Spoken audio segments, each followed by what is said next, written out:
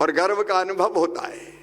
प्रधानमंत्री श्रीमान नरेंद्र मोदी जी के नेतृत्व में एक वैभवशाली भारत, एक गौरवशाली भारत, एक समृद्ध भारत, एक शक्तिशाली भारत, आत्मनिर्भर भारत और विकसित भारत के निर्माण का महायज्ञ चल रहा है। मित्रों, मैं 2014 के पहले भी मुख्यमंत्री था और उस समय जब दुनिया के किसी देश में जाते थे तो भारत की चर्चा अच्छे अर्थों में नहीं होती थी। घपलों और घोटालों का भारत, एक अजीब तरह की स्थिति थी। दुनिया में हमने मान सम्मान खो दिया था। लेकिन आज राष्ट्र सर्वोपरि के मूल मंत्र के साथ मोदी जी के नेतृत्व में हर एक क्षेत्र में विकास की गंगा बह रही है। एक उदाहरण अगर खेती के संदर्भ में मैं कहूं तो मुझे गर्व है। प्रधानमंत्री जी ने कह दिया, राष्ट्रहित सर्वोपरि, उनसे कोई समझौता नहीं होगा। मेरे किसानों के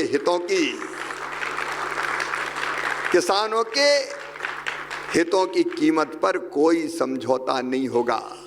पशुपालकों के हित सुरक्षित रहेंगे। और प्रधानमंत्री जी ने कहा कि चाहे मेरा कितना भी नुकसान हो जाए, मुझे कोई परवाह नहीं है। आज का भारत आंखों में आंख डाल के बात करता है। हम किसी को छेड़ते नहीं हैं, लेकिन किसी ने अगर हमें छेड़ा तो उसे हम छोड़ते नहीं हैं। ऑपरेशन सिंदूर पहलगांव के बाद उसकी जो परिणति हुई वो सारी दुनिया ने जानी है। लेकिन एक क्षेत्र नहीं है। मैं देखता हूं जब प्रधानमंत्री जी का विजन और जिनके साथ मुझे काम करने का सौभाग्य मिला है, तो आप किसी भी दिशा में देख लीजिए। खेती को अगर आप देखें, मेरा विभाग है। रूरल डेवलपमेंट को आप देखें, मेरा विभाग है। तो हमारा सोच है, नंबर 1 खाद्य सुरक्षा सुनिश्चित करना। 140 करोड़ हैं।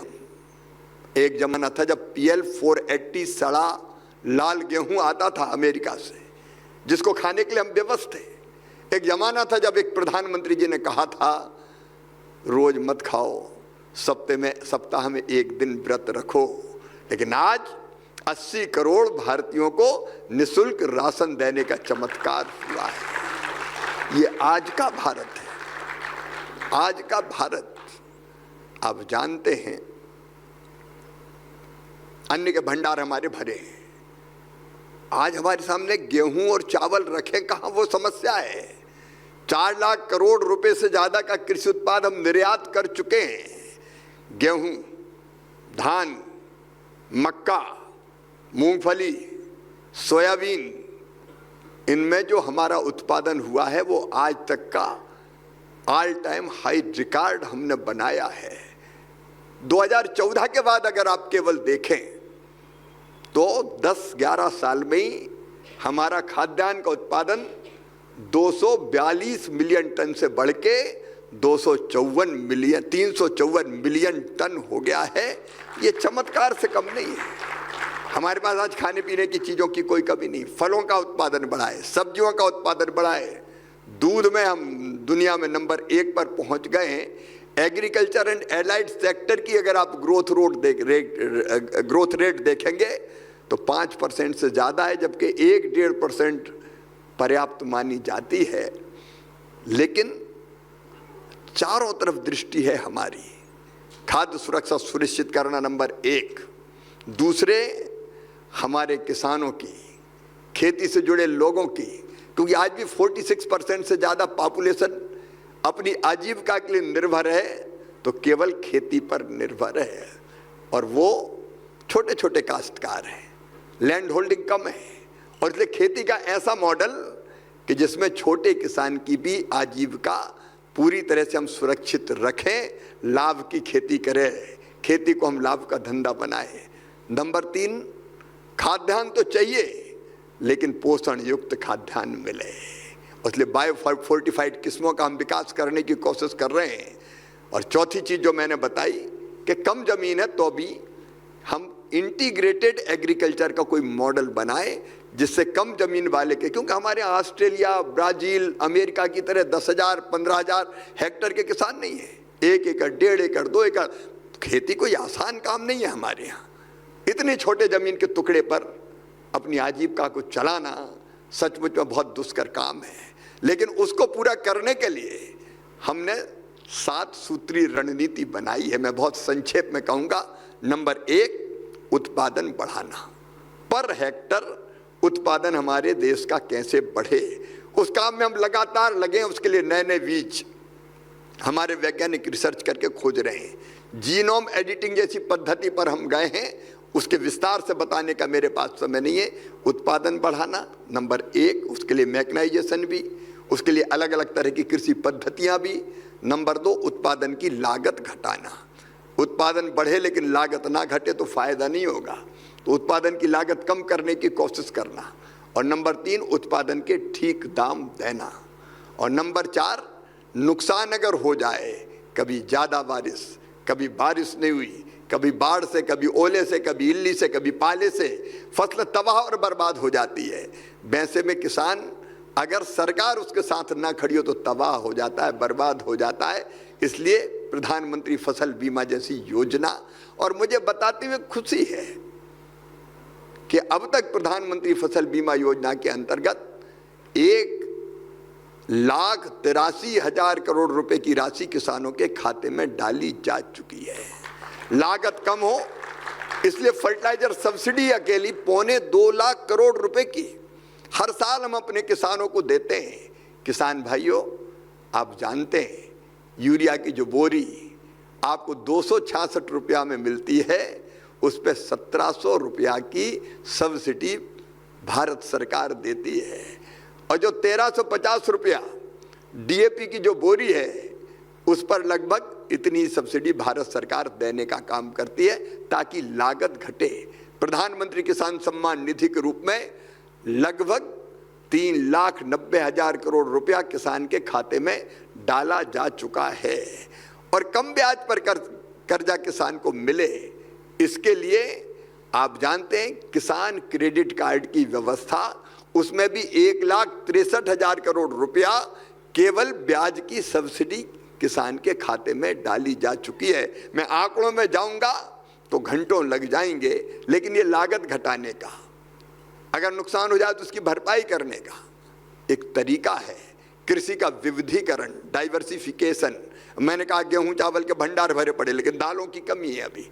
और दालों की कमी का मतलब ये नहीं है कि उत्पादन बढ़ा नहीं है, उत्पादन तो बढ़ाया है, लेकिन दाल की खपत भी बढ़ रही है, क्योंकि तेजी से मध्यम वर्ग बढ़ रहा है, क्रय शक्ति जनता की बढ़ रही है। तो थाली में अब केवल चटनी रोटी से काम नहीं चलेगा, दाल भी चाहिए और सब्जियां भी चाहिए। और इसलिए अभी दलहन मिशन लॉन्च किया है प्रधानमंत्री जी ने। हर जिले में उत्पादन बेहतर हो।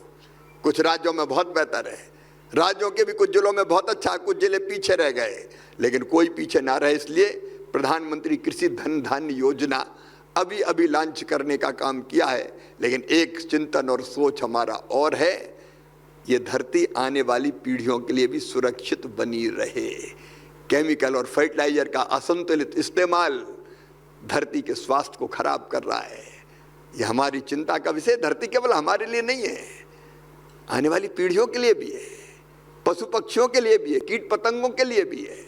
इसलिए उपयोग हम ऐसा करें केमिकल फर्टिलाइजर का कि जिससे सॉइल का हेल्थ भी खराब ना हो, धरती माता को भी हम सुरक्षित बचा के रख सकें। और एक मैंने कहा, इंटीग्रेटेड फार्मिंग का मतलब है केवल अनाज पैदा नहीं करना, अनाज के साथ फल भी, सब्जियां भी, लेकिन उसके साथ साथ पशुपालन भी। पहले आप खेती देखें, खेती और पशुपालन के चोली दामन का साथ था। जिसके पास खेती थी पशु होते ही थे, बैल, गाय, भैंस। अब थोड़ा जमाना बदल गया है, इनको तिलांजलि दे दी लोगों ने। लेकिन अगर खेती के साथ पशुपालन करें, बकरी पालन हो, मछली पालन हो, मुर्गी पालन हो, मधुमक्खी पालन हो, कृषि वानिकी हो, फूड प्रोसेसिंग के काम उसमें अगर लग जाए तो आमदनी बढ़ जाए। इसलिए इस समय मैं लगा हूं इंटीग्रेटेड फार्मिंग के मॉडल को बनाने में, ताकि हम छोटे किसान की आय भी कैसे बढ़ा सकते हैं, कैसे बेहतर कर सकते हैं, उसकी कोशिश कर सकें। और इसके लिए अनेकों प्रयोग चल रहे हैं। ICR का परिसर अगर पूसा देखा हो तो आप कभी आएंगे तो मैं बताऊंगा आपको कि हमने इंटीग्रेटेड फार्मिंग का मॉडल कैसे बनाया है और अलग अलग हिस्सों में किसान ने इसको करना शुरू किया है। और एक है प्राकृतिक खेती, उस पर भी हम तेजी से काम कर रहे हैं। तो विभिन्न आयाम है खेती के भी, क्योंकि खेती के बिना आप भारत की कल्पना नहीं कर सकते।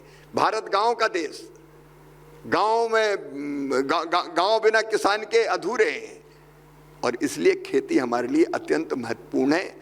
लेकिन जहां तक विकास का सवाल है, चाहे देश की सुरक्षा का सवाल हो, हमारी विदेश नीति हो, चाहे साइंस टेक्नोलॉजी का सवाल हो, चाहे शिक्षा का हो, चाहे स्वास्थ्य का हो, मैं घंटों आपको बता सकता हूं समुद्र की गहराई में क्रिटिकल मिनरल्स कहां कहां धरती पर और समुद्र में छुपे हैं। तेल है तो उसको भी निकालो। आकाश की ऊंचाई में जाके हम स्पेस टेक्नोलॉजी का इस्तेमाल करके मानवता के कल्याण के लिए उनको कैसे इस्तेमाल कर सकते हैं। मैं तो हैरत में रह जाता हूं कि एक व्यक्ति प्रधानमंत्री के रूप में इन सब चीज़ों के बारे में विचार करता है, सोचता है और उसको क्रियान्वित करने का काम करता है। कई तरह की चीज़ें हमारे सामने हैं। मैं खेती और ग्रामीण विकास के बारे में बात करूं तो लगभग 4 करोड़ गरीब भाइयों और बहनों को मकान बना के हमने दिए हैं। लेकिन अब नया सर्वे करके संकल्प यह है कि कोई गरीब कच्चे घर में नहीं रहेगा, सबके पास पक्की छत होगी। उसका अभियान प्रधानमंत्री आवास योजना के अंतर्गत चल रहा है। हर गांव को पक्की सड़क से जोड़ा है, टोले और मजरे को भी नहीं छोड़ेंगे। और हर बहन केवल लाडली बहना नहीं, लखपति दीदी बनेगी। मतलब आमदनी कम से कम साल भर में 1 लाख रुपया से ज्यादा हो। और ये केवल जुमला नहीं है, ये केवल भाषण नहीं है। 2 करोड़ दीदियां लखपति बन चुकी है। आज महिला किसान दिवस है। भोपाल में उसी कार्यक्रम में सम्मिलित होने के लिए गया था मैं। पशु सखी, कृषि सखी, बैंक सखी, द्रोण दीदी, लखपति दीदी, महिला सशक्तिकरण का एक अभियान चल रहा है। और आपने मामा जी की बात कही थी तो मेरे दिल में भी बचपन से एक दर्द था।